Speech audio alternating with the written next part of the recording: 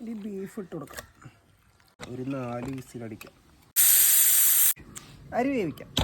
ജീരകശാല അരി, 1.5 ഗ്ലാസ് വെള്ളം, പട്ട, ഗ്രാമ്പ്, ഏല, തക്കോല, കറിയുപ്പ്, കുറച്ച് നെയ്യ് വെച്ചു കൊടുക്കാം.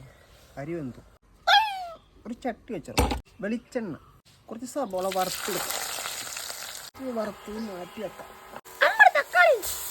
ബീഫ് ഇട്ട് കൊടുക്കാം. കുറച്ച് മല്ലിയും പുതിനയിലും, റൈസ് ഇട്ട് കൊടുക്കാം. വറുത്ത സബോള, അണ്ടിപ്പരിപ്പൊക്കെ ഇടാം. ഉപ്പിൽ കുറച്ച് മല്ലിയും പുതിന ഇട്ട് കൊടുക്കാം. ഒരു 20 മിനിറ്റ് സ്ലോ കുക്കിൽ വേവിക്കാം.